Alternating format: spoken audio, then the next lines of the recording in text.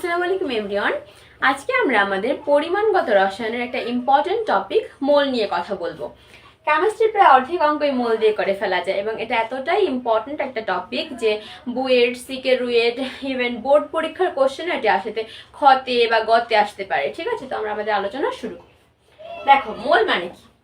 মোল মানে হচ্ছে 6.023 ইন্টু 10⁻23 এই সংখ্যাটা। আবার এই সংখ্যাটিকে বলা হয় Na, মানে নাম্বার অফ অ্যাভোগাড্রো। ঠিক আছে, তো মোলের একটা চেইন ফর্মুলা আছে। এই চেইন ফর্মুলা ব্যবহার করে আমরা আমাদের সকল অঙ্কগুলো করে ফেলতে পারবো। তো আমরা এটা কিভাবে প্রয়োগ করব, কিভাবে অঙ্কগুলো করব, সেটা আমি আপনাদেরকে দেখাচ্ছি। দেখো, সূত্রটা কি? সূত্রটা হচ্ছে n = W/m সমান n/Na সমান VSTP বাই 22.4 সমান VSATP বাই 24.789 সমান PV/RT সমান S × V সমান IT/EF। এটা হচ্ছে আমাদের ফর্মুলা। তো এটা আমরা কিভাবে ইউজ করব দেখাচ্ছি। দেখো, ভর বলা থাকলে, কখনো যদি কোশ্চেনে ভর বলা থাকে তাহলে আমাদের সূত্র হবে W/m। কি বলেছি? ভর বলা থাকলে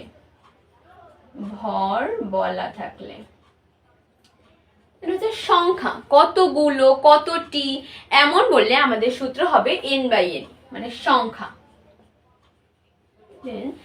STP অড উল্লেখ থাকলে আমাদের সূত্র হবে VSTP বাই 22.4। STP অড উল্লেখ থাকলে,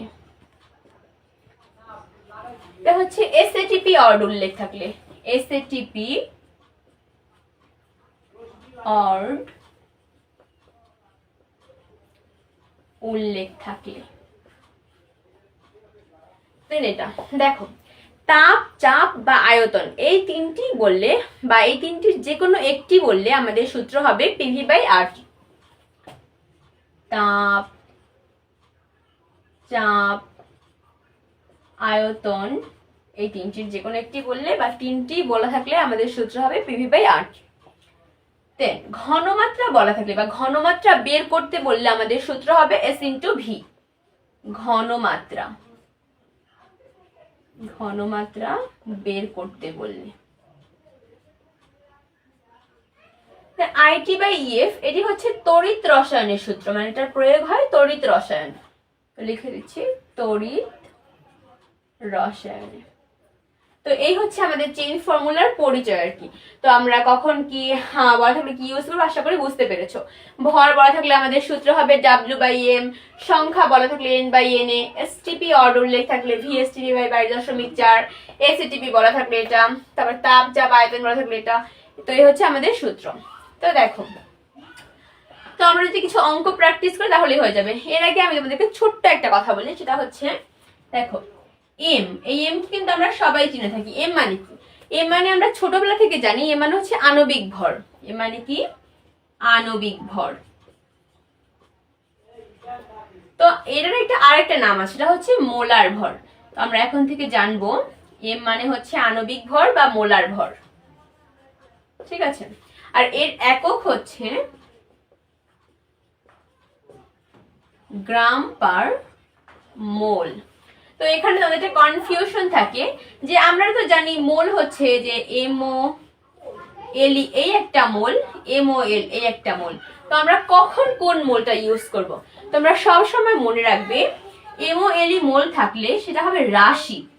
MoLe মোল মানে হচ্ছে রাশি আর MoL মানে হচ্ছে একক। তো আমরা এখানে কি বের করেছি? আমরা এর একক। তো এককের ক্ষেত্রে কখনোই আমাদের ই হবে না, এর ক্ষেত্রে MoLe হবে। আশা করি তোমরা বুঝতে পেরেছো। এম মানে হচ্ছে আণবিক ভর বা মোলার ভর, এর একক হচ্ছে গ্রাম পার মোল। আর এই মোলের ক্ষেত্রে কখনো ই হবে না, MoL মোল হবে। তো এখন আমরা আমাদের কিছু অঙ্ক করছি, এই অঙ্কগুলো করলে তোমরা একদম ক্লিয়ার হয়ে যাবে মোল ব্যাপারটাতে। ওকে, যদি অঙ্কটা লিখি, মড শব্দটি 500 বার লিখতে 55 মিলিগ্রাম কার্বন পরমাণু খরচ হয়। একবার লিখতে কতটি কার্বন পরমাণু খরচ হবে। ওকে, দেখো অঙ্কটা কি, যে মোট শব্দটি 500 বার লিখতে 55 মিলিগ্রাম কার্বন পরমাণু খরচ হয়, একবার লিখতে কতটি কার্বন পরমাণু খরচ হবে। তো দেখো কি বলেছিলাম, সংখ্যা মানে কতটি বা কতগুলো বলা থাকলে আমাদের সূত্র হবে n/na। দেন দেখো সামনে যাচ্ছি, যে মোল শব্দের 500 বার লিখতে, তো তোমরা দেখো এই মোলের আমাদের চেইন ফর্মুলাতে বার নিয়ে কি কোনো সূত্র আছে? নেই। দেখো ভর আছে, সংখ্যা আছে, এসটিপি, এসএটিপি, তাপচাপ, আয়তন, ঘনমাত্রা, কিন্তু বার নিয়ে কিন্তু আমাদের কোনো সূত্র নেই। তো এটা আমরা আপাতত স্কিপ করে দেখি সামনে কি আছে। দেখো সামনে আছে আমাদের 55 মিলিগ্রাম। তো এটা মানে কি, এটা হচ্ছে ভর। তো কি বলেছিলাম, এই যে ভরের জন্য আমাদের সূত্র হচ্ছে W/m। তাহলে আমরা কি বসাবো? W/m। আশা করি বুঝতে পেরেছো। দেখো আমাদের কোশ্চেনে বলছে যে 500 বার লিখতে এত মিলিগ্রাম কার্বন পরমাণু খরচ হয়, একবার লিখতে। তো আমরা এখানে আমাদের ঐকিক নিয়মে একবারের জন্য বের করতে হবে, কারণ আমাদের 500 বারের জন্য চাইনি কিন্তু এখানে। তো কি লিখবো? 500 বার লিখতে খরচ হয় 55 মিলিগ্রাম, একবার লিখতে খরচ হয় 55/500 মিলিগ্রাম।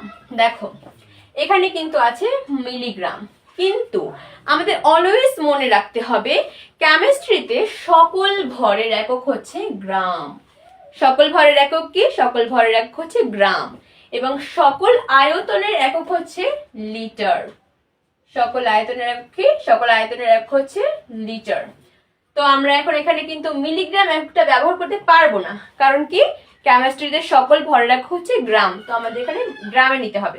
তো আমরা কি জানি যে 1000 মিলিগ্রাম সমান হচ্ছে 1 গ্রাম, অতএব 1 মিলিগ্রাম ইকুয়াল টু 1/1000 গ্রাম।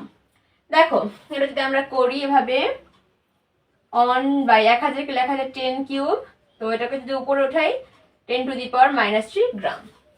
তো এখানে আমরা লিখতে পারি 55 ইন্টু 10 টু দি পাওয়ার -3/50 এত গ্রাম। তো এখন আমরা যেটা এখানে বসিয়ে দিই তাহলে আমাদের অঙ্ক হয়ে যাবে। কতটি বের করতে বলেছে, তো n এর মানটা বের করব। n/n মানে কি? নাম্বার অফ অ্যাভোগাড্রো, এই যে 6.023 into 10 to the power 23, 6.023 into 10 to the power 23। ভর কত? 55 into 10 to the power -3/500 by m মানে কি জানি, আমরা বলেছিলাম একটু আগে যে m মানে হচ্ছে আণবিক ভর বা মোলার ভর, একক হচ্ছে গ্রাম পার মোল। তো দেখো এখানে আমরা কার জন্য m বসাবো? এই যে কার্বন, এই যে কার্বন সি, কার্বনের জন্য ভর কত? আণবিক ভর সেটা হচ্ছে 12। তো এটা আমরা যদি ক্যালকুলেশন করি তাহলে আমরা এখান থেকে n এর মান বের করে ফেলতে পারবো। তো n এর মান যদি বের করি হবে এত টি। তাহলে কি অতএব একবার লিখতে আমরা এখানে লিখে দিব যে একবার লিখতে এতটি কার্বন পরমাণু খরচ হবে। তো আশা করি তোমরা বুঝে ফেলতে পেরেছো। তো আমাদেরকে একটা জিনিস মনে রাখতে হবে যে কেমিস্ট্রিতে সকল ভরের একক হচ্ছে গ্রাম এবং সকল আয়তনের একক হচ্ছে লিটার। তো আমরা এই যে মিলিগ্রাম থাকলে সেটাকে আমরা গ্রামে নিয়ে নিব, তারপর মিলিলিটার থাকলে আমরা সেটাকে লিটারে নিয়ে নিব। আশা করি তোমরা এগুলো বুঝে ফেলতে পেরেছো। তো এই ছিল আমাদের ফার্স্ট অঙ্ক। তো এটা নিয়ে আমরা যদি প্রত্যেকটা অঙ্ক করে ফেলতে পারি, যা ধরো এসটিপি নিয়ে অঙ্ক থাকলে আমাদের ভিএসটি 22.4, এসএটিপি নিয়ে অঙ্ক থাকলে এসএটিপি দিয়ে সূত্রটা করে ফেলতে পারি। তো আমরা যদি নেক্সট দিন আমরা অঙ্কটি করি তাহলে নেক্সট দিনে আমরা বাকি অঙ্কগুলো করে ফেলবো। তো যদি বাকি অঙ্কগুলো করি তাহলে তোমাদের মোল নিয়ে কোনো প্রবলেমই থাকবে না। তোমরা যদি একবার বই খুলে দেখো যে তাহলে তোমরা সবগুলো করে ফেলতে পারবে। তো আজকে আমরা এখানেই শেষ করছি। আল্লাহ হাফেজ।